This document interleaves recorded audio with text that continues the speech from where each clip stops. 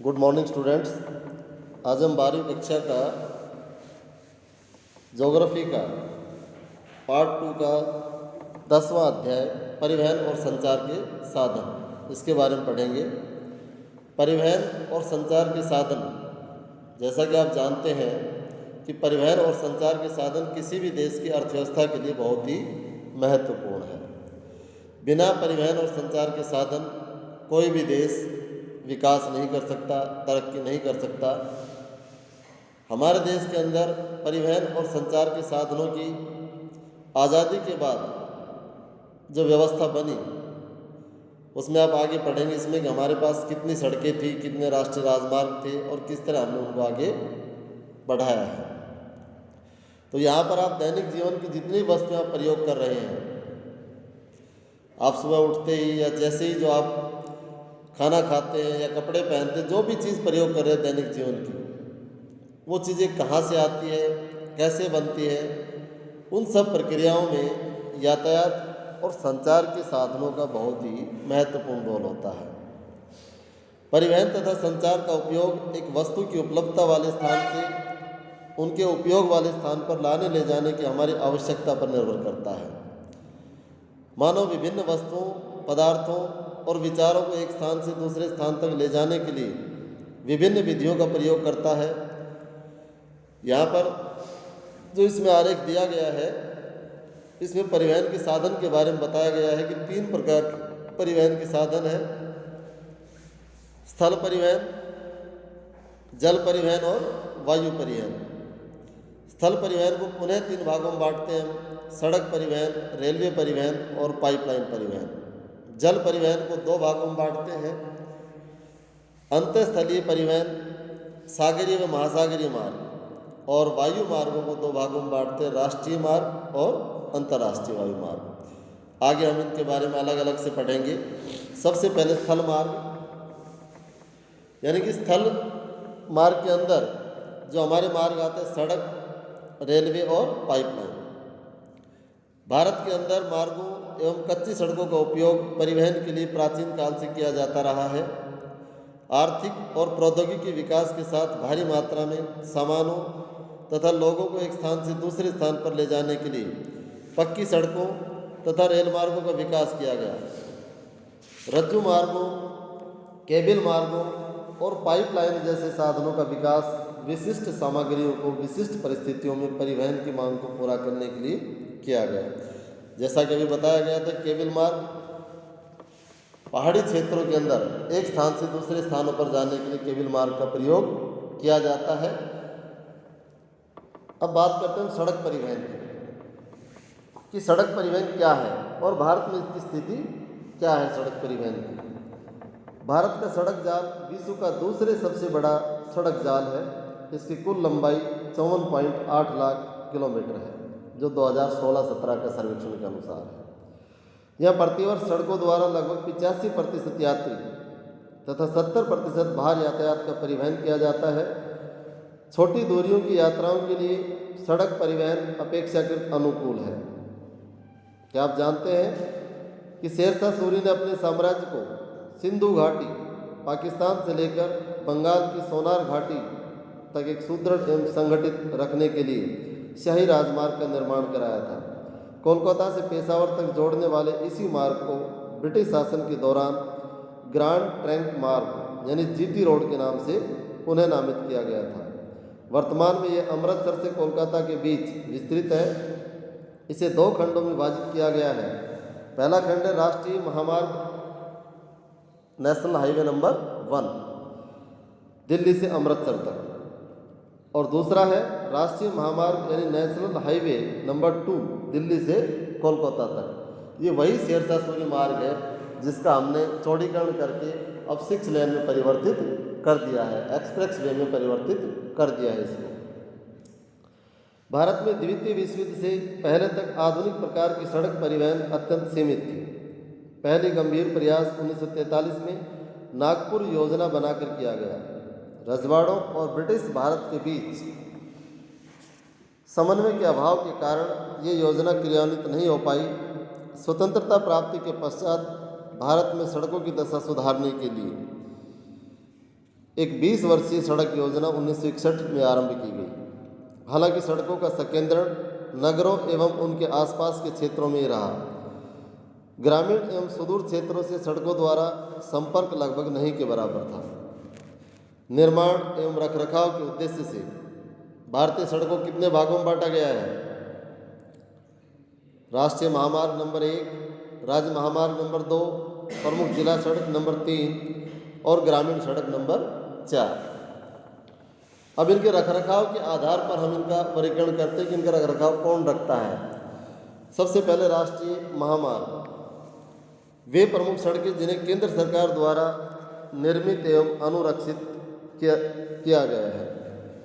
राष्ट्रीय महामार्ग के नाम से जानी जाती ये सड़कें, इन सड़कों का उपयोग अंतर्राज्यीय परिवहन तथा सामरिक क्षेत्रों तक रक्षा सामग्री एवं सेना के आवागमन के लिए होता है। ये महामार्ग राज्यों की राजधानियों, प्रमुख नगरों, महत्वपूर्ण पत्तनों तथा रेलवे जंक्शन को भी जोड़ते हैं। जैसा कि आप देखते हैं कि जो राष्ट्रीय राजमार्ग है हमारे, जैसे मुंबई से दिल्ली, दिल्ली से कलकत्ता, कलकत्ता से चेन्नई, ये प्रमुख पत्तनों को जोड़ते हैं। और ये राष्ट्रीय राजमार्ग जो है प्रमुख रेल मार्गों को भी जोड़ते हैं। राष्ट्रीय महामार्गों की लंबाई 1951 में 19,700 किलोमीटर से बढ़कर 2015-16 में 1,04,75 किलोमीटर हो गई। अर्थात हमने लगभग 5 गुना राष्ट्रीय महामार्गों का विकास किया है। राष्ट्रीय महामार्गों की लंबाई पूरे देश की कुल सड़कों की लंबाई की मात्र 2% है, किंतु ये सड़क यातायात के 40% भाग का वहन करती है। ये भी आपने देखा होगा कि हमारा जो ज़्यादातर ट्रैफिक है, यातायात के साधन हैं, वो राष्ट्रीय महामार्गों पर ही चलते हैं। भारतीय राष्ट्रीय महामार्ग प्राधिकरण NHAI का प्रचालन 1995 में हुआ। यह भूतल परिवहन मंत्रालय के अधीन एक स्वायत्त निकाय है। इसे राष्ट्रीय महामार्गों के विकास, रखरखाव तथा प्रचालन की जिम्मेदारी सौंपी गई है। इसके साथ ही यह राष्ट्रीय महामार्गों के रूप में निर्दिष्ट सड़कों की गुणवत्ता सुधार के लिए एक शीर्ष संस्था भी है।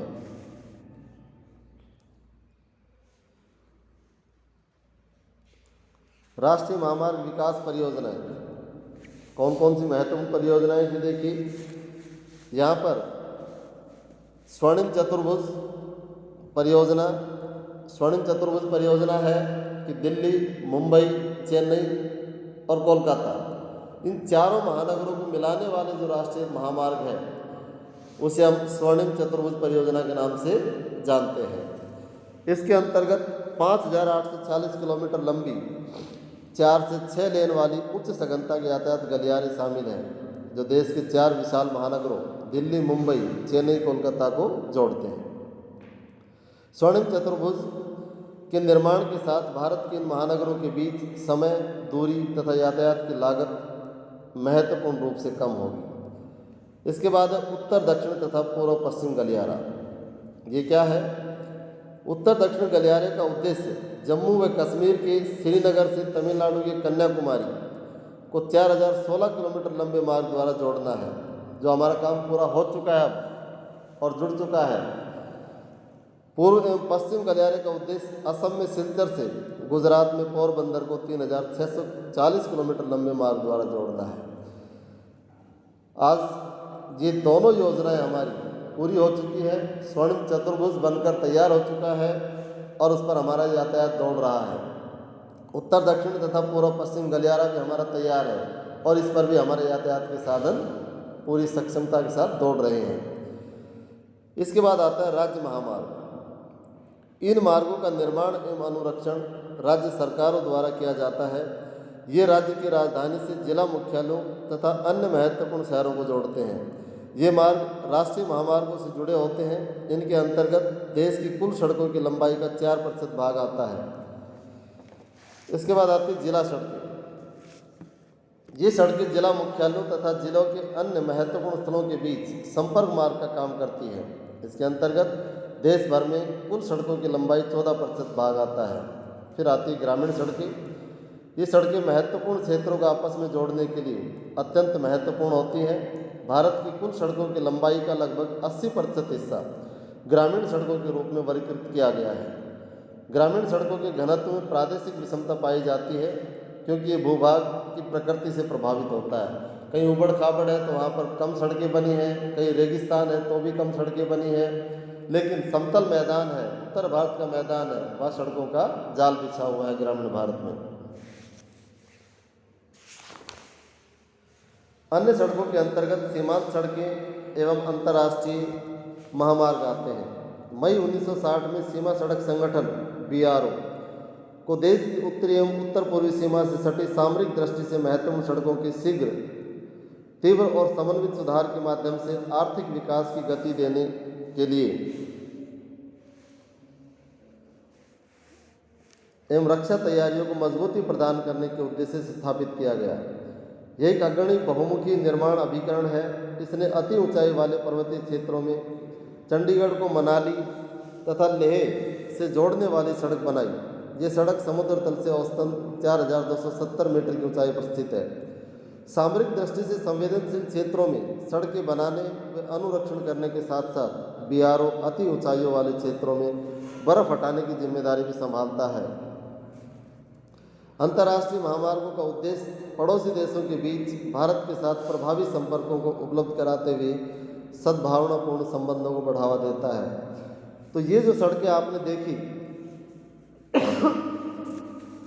जो सीमांत सड़कें बनाने का जो काम BRO ने लिया है, सीमा सड़क संगठन ने लिया है, आज इसका काम बहुत ज़ोरों से चल रहा है। आप देखते हैं कि भारत पाकिस्तान सीमा पर और भारत चीन सीमा पर, दोनों ही सीमाओं पर किस प्रकार से कितनी ऊंचाइयों पर, इतने दुर्गम क्षेत्रों पर जो काम सीमा सड़क संगठन ने किया है वो बहुत ही सराहनीय काम है।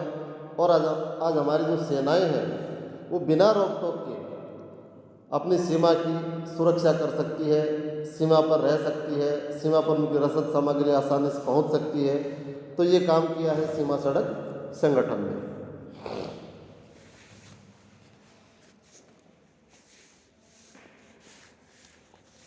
इसके जो क्वेश्चन है आज तक के, भाई इसमें क्वेश्चन जो आपने करने हैं